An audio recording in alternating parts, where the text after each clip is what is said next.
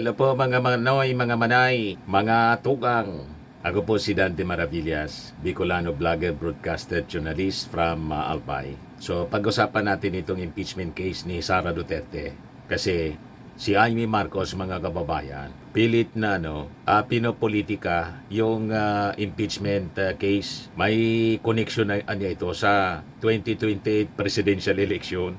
Ganun ang narrative ni Amy Marcos. Kahit si Sara Duterte, lahat sila sa kampo ng mga Duterte, sinasabi nila, in their attempt mga kababayan na pagtakpan yung mga kasalanan ni Sara sa paggamit ng pera ng bayan at pagbabanta sa ating Pangulong Bongbong, Lisa Marcos at kay Martin Romualdez, sinasabi, gustong mawala sa landas nitong mga gustong tumakbo sa 2028 election si Sara. Kaya sinulong po yung impeachment laban sa Vice Presidente. Hindi na nakatiis po yung prosecution panel. Nagsalita na sila. Sabi mga kababayan ni House Minority Leader for Peace Party List Representative Marcelino Nonoy Libanan, ito anyang impeachment proceedings laban kay Sara has nothing to do with the battle for the president's seat in 2028. Tama po.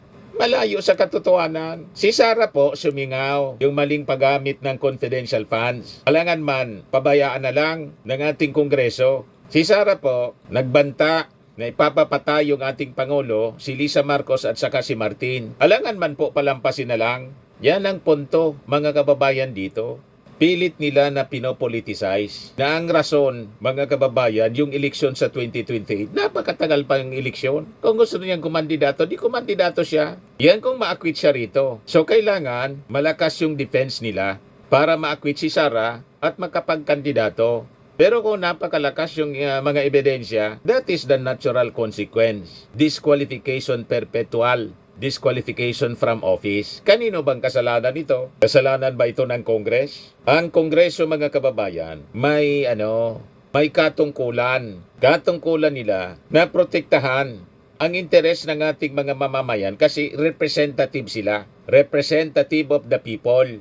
Alangan matulog na lang yung ating mga congressmen at pabayaan ang mga kabulukan na nangyari po sa ating gobyerno. Lalo yung pagwaldas ng pera. Ngayon, kung hindi niya winaldas, di sagutin niya sa impeachment trial. Kaya lang, ginagawa ng kanyang mga kaalyado, gustong ipadismiss without the benefit of trial. Buti na lang, hindi sila nagtagumpay. Magaling mga kababayan yung ating Fantastic Five. Hindi nila nagawang i-dismiss. Tuloy ang impeachment trial. Kaya sabi ni Libanan, ang presidency niya cannot be predicted that easily. In that the 2028 elections was simply too far away niya. Napakalayo pa. May kasabihan, presidents are made in heaven. Di ba? Hindi natin alam kung sino ang pipresidente sa atin sa 2028. Walang nakakaalam.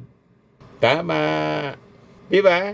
Mga assuming kayo na alam na ninyong si Sara ang mananalo.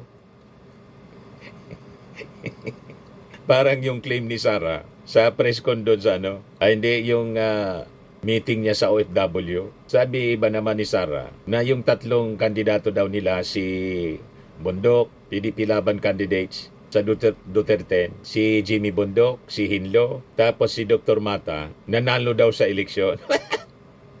Ang layo ng ranking po. Si Jimmy Bundok pang 17, si Hinlo pang 30 yata yon o 26. Basta napakalayo. Tapos pang 32 si Dr. Mata. Nanaluan niya. Mag-protest kayo kung gusto ninyo. Di ba? May legal procedure para dyan. Ginagawang issue mga kababayan, pati yung eleksyon. Gusto magduda yung ating mga mamamayang Filipino. Diversionary po para malihis yung kwento sa mga articles of impeachment na kinakaharap ni Sara Duterte sa Senado. Yan mga diversionary tactics po. Sabi po ni Congressman Libanan, history would tell us na pag malapit na, doon na lang, tsaka na lang natin nalalaman kung sino magpipresidente. Malayo po ito sa ating kung yan ang iisipin natin. Ngayon, ang tanungin, kung Anong masasabi niya tungkol sa mga claims that the Vice President impeachment was somehow linked to 2028? Libanan na says that a lot of things can still happen. Ang nag-akusa po, hindi man mga netizens, mismong sinabi yun ni Amy Marcos doon sa Senado. Ang pag-convene po ng Senate impeachment court, yan ang sinasabi ni Amy Marcos. Kaya sabi ni Libanan, that is their opinion. Pero pwede ngang ma-dismiss after trial. Pwedeng ma-convict, pwedeng ma-dismiss. Mahaba pang paglalakbay na ito. Yan po, napakabalido ng mga asunto. Article 1, conspiracy to assassinate President Marcos, First Lady Lisa Araneta Marcos, and Speaker Martin Romualdez. Article 2, malversation of 612.5 million in confidential funds. Article 3, bribery and corruption in the Department of Education. Article 4, unexplained wealth and failure to disclose assets. Article 5, involvement in extrajudicial killings. Article 6, destabilization, insurrection, and public disorder. Article 7, the totality of respondents' conduct as Vice President. Napakalinaw. Anong relasyon yan sa 2028 election? Baka yung pagwaldas ng pera, yun ang may relasyon po. Kasi siyempre, kailangan ng pondo sa 2028. Di ba, mga kababayan, ipanong na-discovery po na mali, mga fictitious po, nadamay pati yung mga artista tulad ni Marian Rivera, pati mga senador, si Escudero, si Ontiveros, mga fictitious po. At ang karamihan, mga chichiria, yung beneficiary po. Papayag ba tayo na gano'n na lang ang mangyari sa paggastos ng ating taxes po? Ito yung press con, mga kababayan, kanina. Pakinggan natin yung sinasabi ni Libanan. Anyway, ay kasabi niya, presidents are made in heaven, di ba? Hindi natin alam kung sino mag-presidente sa atin sa 2028. Walang nakakaalaman. History would tell us na pag malapit na, doon na sa kalang natin nalalaman kung sino nang mag-presidente. Malayo po ito sa ating kung yan ang iisipin natin. Ang importante ngayon, tayo po nandito, may mga tungkulin po tayo dito sa mga sinumpaan natin ng mga katungkulan. At kami po ay gumagawa lang ng aming obligasyon sa Constitution.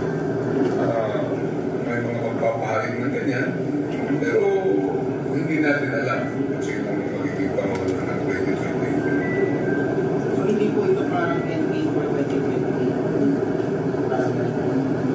Malayo nga po ito. Kasi yun po kasi naging nangyayari, naging kumakalat po kasi sa public kasi na parang it's all linked to 2020.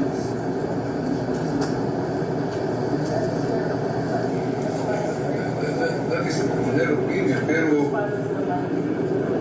pwede nga ma-dismiss. Pag after trial, di ba, pwede ma-convict, pwede ma-dismiss. Mahaba pang maglalakbay na ito. Pinapalabo nila yung kwento. Pinagtatakpan ng pinatatakpan mga kababayan para matabunan. Kaya daldal ng daldal sila ng kung ano-anong malayo sa kwento. Di ba pa? O ngayon, dahil sa samo na pinadala ng impeachment court, nagre-ready na daw ng reply yung mga abogado ni Sara. Yan mismo yung sabi ni Sara doon sa Kuala Lumpur. Pag-usapan namin yan ng ating mga defense counsels at pinag-usapan na nila ngayon kung paano nila gagawin yung pag-comply sa summons ng Senate. Sabi naman ni impeachment prosecutor in Oriental Mindoro 1st District Representative Arnan Panaligan na yung nangyari sa Senado, nakakalituan niya. Medyo nakakalito dahil kung nagpadala ka ng summons sa isang respondent among naka-attach na complaint, iniriman nga sa House. Usually sa korte, kapag nakatanggap ka ng subpena, naka-attach naman yung habla na yung sasagutin. Medyo yata iba ang nangyari ditong procedure. Litong-lito na yung mga senator judges. Nang manumpa nga po sila bilang senator judges, hindi man pala mag-a-act na senator judges kundi abogado ni Sara. Litong-lito mga kababayan. Kaya maging yung Phoenix, nanawagan na for integrity, transparency sa impeachment po laban kay Sara Duterte. Yan o, sabi dito sa report ng ABS-CBN, the financial executives of the Philippines or Phoenix called for integrity and transparency in the impeachment of Vice President Sara Duterte. Sa statement na kanilang pinalabas, sabi po ng grupo, impeaching the Vice President requires a straightforward execution. We therefore urge Congress and the Senate to conduct this process with the highest integrity and transparency following the framework of the Constitution.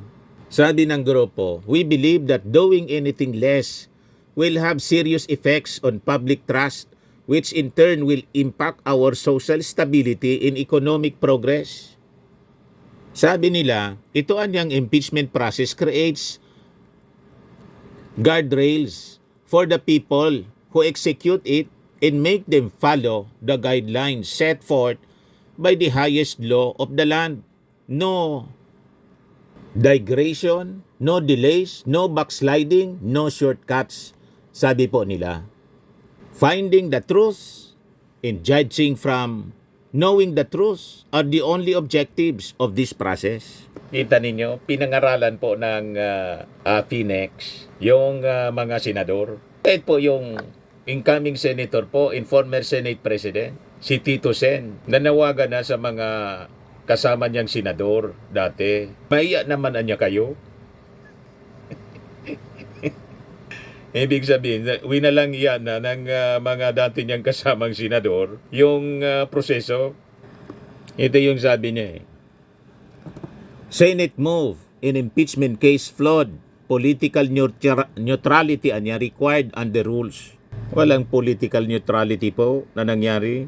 Flawed anya yung ginawa ng mga senador na ibinalik yung articles of impeachment to the House of Representatives. Sabi po ni Tito Sen, kailangan anya yung political neutrality nitong mga senator judges under their own impeachment rules. Dapat neutral anya sila. Tungkol sa naging motion ni Bato de la Rosa, sabi po ni Soto that defense or prosecution counsels niya are the only ones who can make motions before the impeachment court.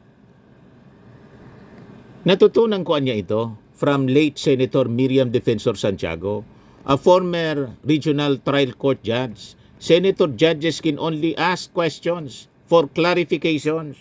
Ang ginawa ng mga senador ni Digong, sila na yung tumayong abogado, kahit hindi man abogado si Bato, kaya binansagan siya ngayon na batorni.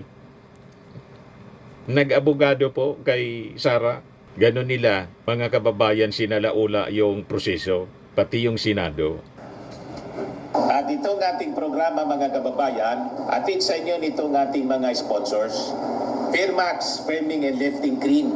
Pinapay po sa mga pulses in affected area. Mainam po ito sa mga pains at paninigas ng mga kaso-kasuan. Ito sa mukha naman yung application, anti-aging, Automax po siya. Ito ay Glow 60 mga kababayan. Whitening po siya. Made in South Korea. Ito naman po, Ningxia Red Mix Fruit Drink. Gawa po siya sa goji berry. May anti-cancer properties po siya. At sa mga naghanap po ng malinis and spacious fitness gym, pumunta lang po kayo sa aming Colossal Fitness Gym. May Grab ka rental din po kami. At bills payment po sa aming office. At saka sa mga mahilig po sa mga imported bags, manood po kayo sa live selling ni Madam Aileen Rosales sa kanyang Aileen Closet po. Pati mga shoes, ito yung kanya po. Ito yung kanyang page. Kita ninyo, napakagandang mga online selling po siya. Si Madam Aileen Rosales. At cellphone number niya po, 773-798-7816.